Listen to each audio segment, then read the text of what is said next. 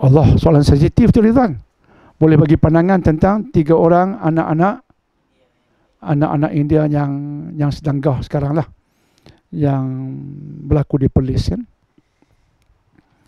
3 orang anak yang mereka itu dikaitkan dengan satu keluarga lah, dan satu keluarga yang pada asalnya bukan Islam, tetapi akhirnya anak-anak itu sekarang orang Islam. Dan jadi isu sekarang yang Mufti Perlis, saya bersama Mufti Perlis pun telah buat kenyataan, dan begitulah seterusnya. Baik, saya mendengar keterangan yang dibuat oleh Sahibul Samahah Dr. Asri, Datuk Dr. Asri, Mufti Perlis. Saya juga merujuk bertanya pada pihak yang dekat dengan isu ini selama ini.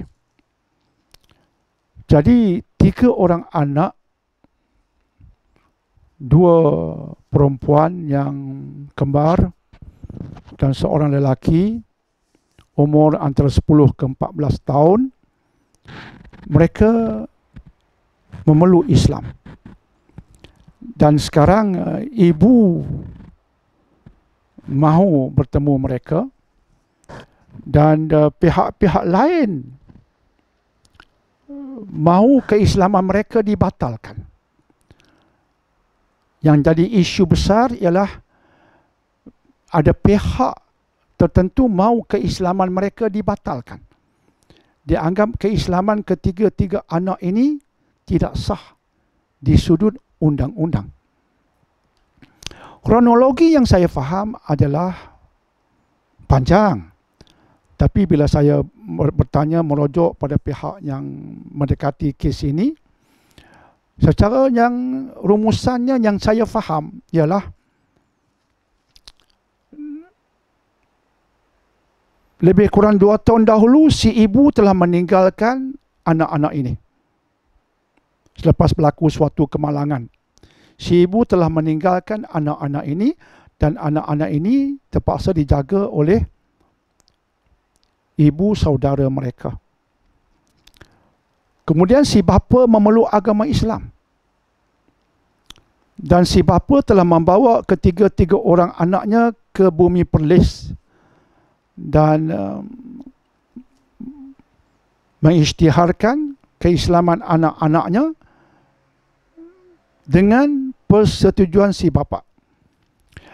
Dan mengikut undang-undang syarak negeri Perlis, keislaman minus, keislaman orang budak yang belum cukup umur, keislaman anak-anak budak-budak yang belum cukup umur, dengan izinlah, dengan konsen salah seorang daripada kedua ibu bapaknya, bukan kedua-duanya, dengan konsen, dengan persetujuan salah seorang daripada kedua ibu bapanya dalam konteks negeri Perlis, maka keislaman itu adalah sah.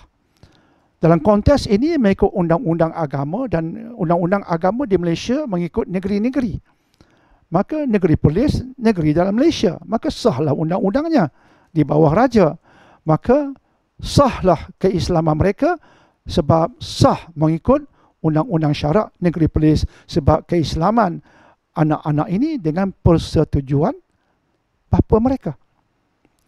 Maka tuduhan pihak tertentu mengatakan ini keislaman berbentuk paksaan. Tidak benar. Anak dicolek. Tidak benar. Malah ibu telah meninggalkan mereka, kemudian bapa bawa dia masuk Islam, dan bapa menyerahkan kepada NGO Islam tertentu. Tidak timbul isu mereka dicolek. Tidak benar. Dan diperas ugut juga tidak benar. Tidak benar. Dan sampai ke hari ini saya melihat bila ditanya mereka adakah mereka dipaksa masuk Islam, kanak-kanak itu mereka seronok dengan keislaman mereka. Mereka langsung tidak dipaksa, malah mereka enjoy becoming Muslims. Jadi tuduhan kata mereka dicolek, diperas ugut, itu semua tidak benar. mereka orang Islam yang baik, dan di sudut undang-undang negeri dia sudah sah, insya-Allah. Tapi ada pihak-pihak tertentu, termasuk ada dari kalangan pemimpin DAP yang bersuara lantang mahu keislaman mereka dibatalkan. Dan ada, bila saya baca juga, ada pihak-pihak tertentu yang merupakan tokoh-tokoh di peringkat negara lah, yang juga menulis hal-hal seumpama itu dan sebagainya, dan membuat tuduhan-tuduhan yang melulu. Ya, itu suatu yang menyedihkan. Tapi mereka masuk Islam mengikut undang-undang, dan mereka Islam tanpa paksaan, dan siapa boleh batalkan keislaman mereka yang sudah masuk ke hati? Siapa boleh batalkan?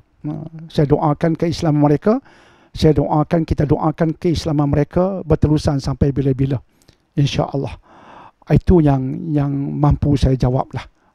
Selebihnya akan berlaku proses-proses tertentu, kita ikutilah dan kita doakan semoga keislaman mereka kekal sampai bila-bila, insya-Allah.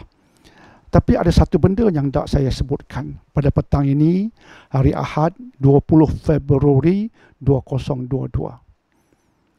Bila saya lihat kenyataan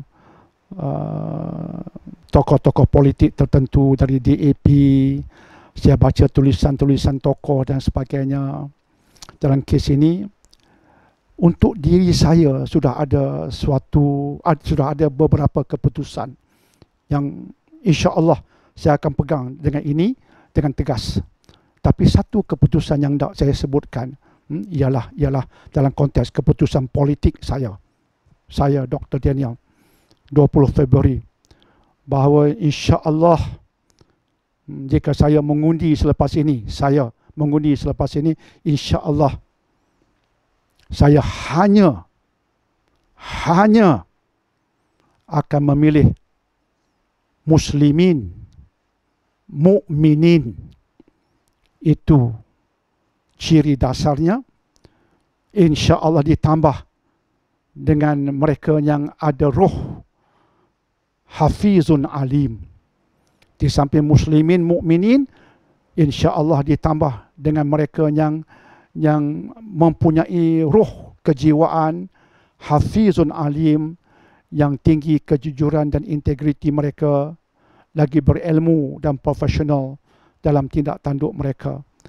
Itu yang akan saya pilih, hanya itu, insya-Allah, tiada yang lain, insya-Allah.